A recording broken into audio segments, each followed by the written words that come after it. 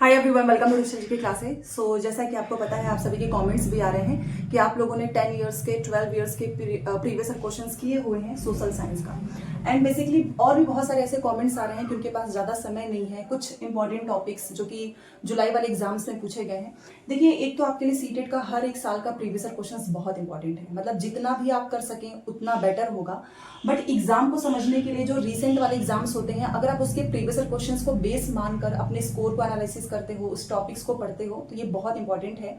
And जो भी आज चीज़ें यहाँ पर हम डिस्कस करने वाले हैं, वो जो आपका अभी रिसेंट में एग्जाम हुआ है सीटेट जुलाई का, उसके ही बेस पे देखने वाले हैं कि आपका हिस्ट्री, ज्योग्राफी, पॉलिटी में कितने क्वेश्चंस पूछे गए हैं, कहाँ से सबसे ज़्यादा क्वेश्चंस पूछा गया है एंड कौन से क्वेश्चंस बहुत ज़्यादा रिपीट हुए हैं हर साल, इसको देखने वाले हैं। प्लस यहाँ पर एक इन्फॉर्मेशन भी आप सभी के लिए कि आपको पता है कि ज़्यादा समय तो है नहीं, केवल 2 महीने हैं, और जैसे ही आप सीटेट पास करेंगे आपको केवीएस का एडवर्टीजमेंट देखने को मिलेगा। तो कहीं ना कहीं आप इसको अपना एक लास्ट अटेम्प्ट ही मानकर तैयारी करो, क्योंकि बार बार वही सेम चीज़ पढ़ पढ़ के भी फ्रस्ट्रेशन होता है कि एग्जाम नहीं निकल रहा है, और एक एग्जाम ना निकलने से आप दूसरे एग्जाम्स के फॉर्म भी नहीं भर पाएंगे। ठीक है, तो इसको आप लास्ट अटेम्प्ट मानिए। प्लस आपको सारा यहाँ से हेल्प मिलने वाला है। अगर आपका सोशल साइंस सब्जेक्ट है तो पूरी तैयारी आपकी यहाँ से हो जाएगी। डेली क्लासेस भी होती हैं। इवन आपने देखा होगा कि हमने बहुत पहले ही क्लासेस स्टार्ट कर दिया था, तो हमारी सारी हिस्ट्री कंप्लीट हो चुकी है। अब हिस्ट्री हमारी पूरी कंप्लीट हो चुकी है बहुत पहले ही, तो इसका रिवीजन होगा आपका नेक्स्ट संडे को। जितने भी है 6, 7, 8 का, अगर आपने पहले से पढ़ा हुआ है या फिर आप लोग नोट से पढ़ रहे हो, फिर भी आपको रिवीजन करना है, क्योंकि जब आप चीजें दोबारा से जितनी बार पढ़ते हैं उतनी बार चीजें याद हो जाती हैं। हिस्ट्री का हमारा पूरा कंप्लीट हो चुका है, रिवीजन होना है बस। ज्योग्राफी आपको पता ही है कि हमारा 1-2 चैप्टर है क्लास 6 में, इसके बाद से आपका मुश्किल से 1 या 2 वीक में आपका ज्योग्राफी भी कंप्लीट हो जाएगा। एंड पॉलिटी तो बहुत ही आसान सा सब्जेक्ट होता है, चीजें आपको समझनी होती है, और ये भी ज्यादा चैप्टर्स है नहीं, अगर आपने देखा होगा तो ये भी ऑलमोस्ट हम अपना अक्टूबर के 15 डेज के अंदर हमारी पूरी एनसीईआरटी कंप्लीट हो जाएगी।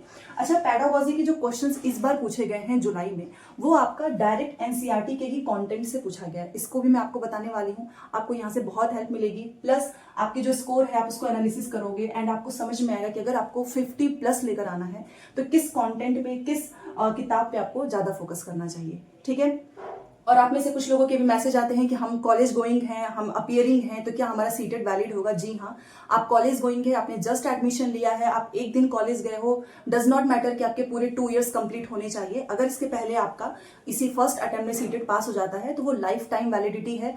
प्लस जैसे आपके 2 साल कंप्लीट होंगे, क्योंकि नौकरी वाली परीक्षा के लिए सब कुछ कंप्लीट होना चाहिए, तो उसमें आप फॉर्म भी भर सकते हो। बट अभी भी जो आप एग्जाम्स देंगे वो वैलिड है, आपके पास बिल्कुल भी समय नहीं है नोट्स वगैरह बनाने का।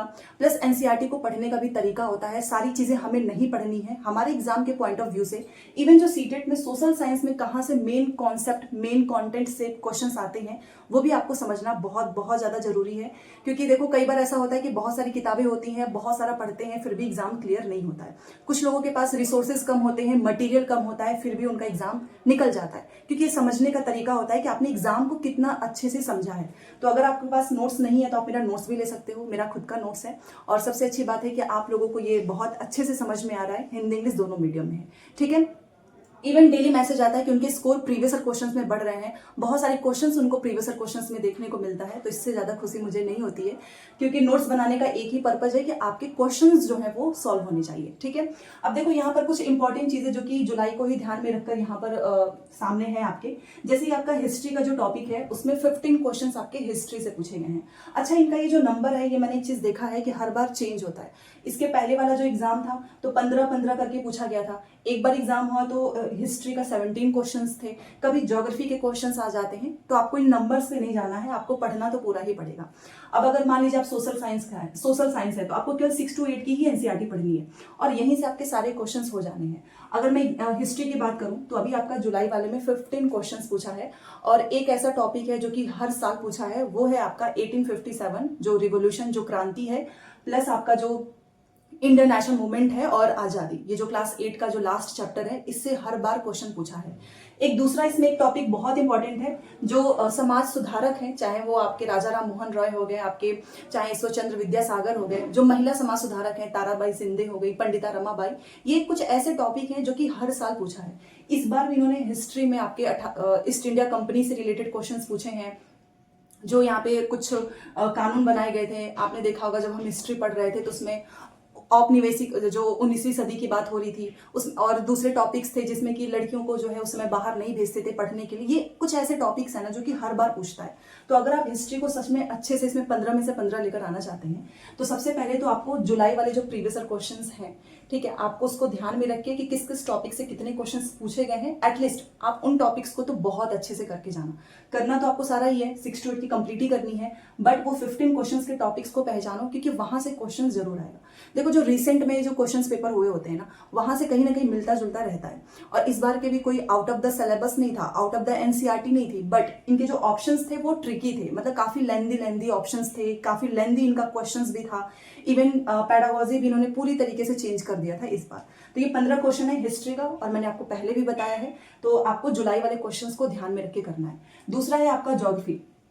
अच्छा, जो ज्योग्राफी के क्वेश्चंस पूछे गए थे जुलाई वाले में बहुत ही आसान पूछा था।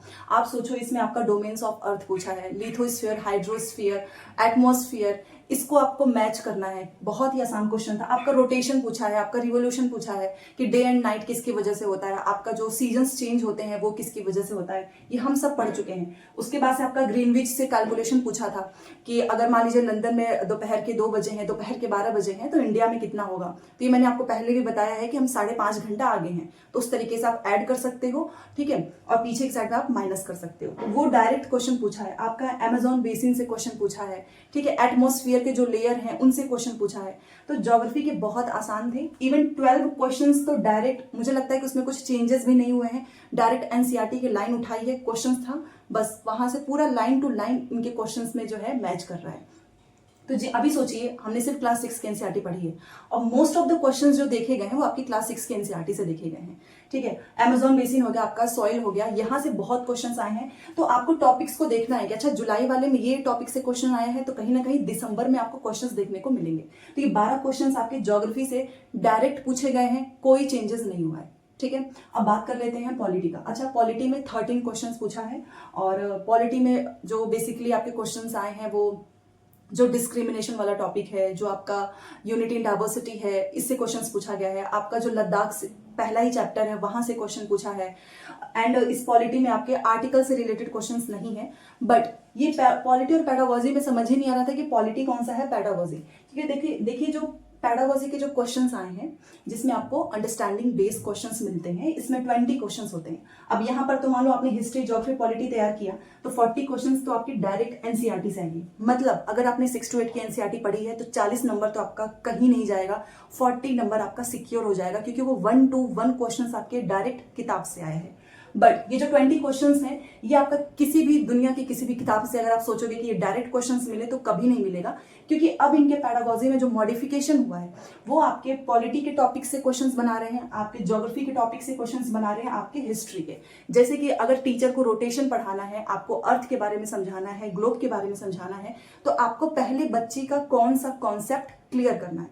देखो बच्चे छोटे होते हैं, आप उनको डायरेक्ट डेफिनेशन से तो पढ़ाओगे नहीं।